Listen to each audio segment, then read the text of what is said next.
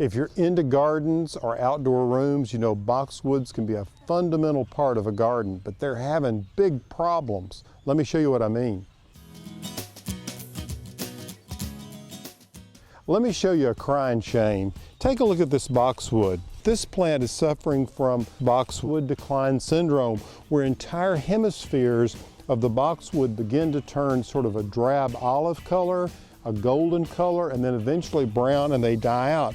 And over time, the entire plant becomes completely disfigured and they ultimately die. It really requires some shade. So boxwood does better if it has morning sun and not hot afternoon sun. And one of the problems with the boxwood out here along this walkway, there's no shade trees around, and in the summer it gets really, really hot.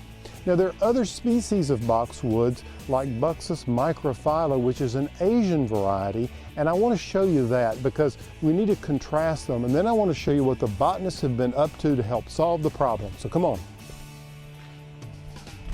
Okay, so now take a look at this border. You can see the difference.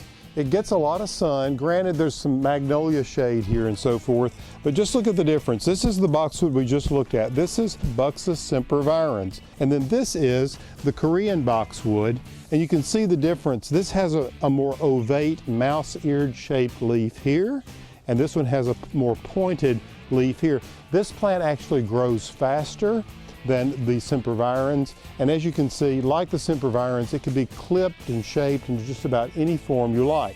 But let's go to my farm and I want to show you a cross that the botanists have made between microphylla and sempervirens, and those don't suffer from boxwood decline syndrome, at least yet. Come on.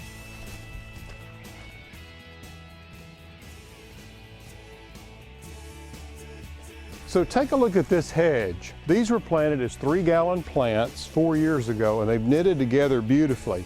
And this is a cross between the Oriental variety and the European variety. And so I'm really sold on them because they seem to be so far resistant to this idea of boxwood decline syndrome. And if you step over here, you can see I've got the same type boxwood.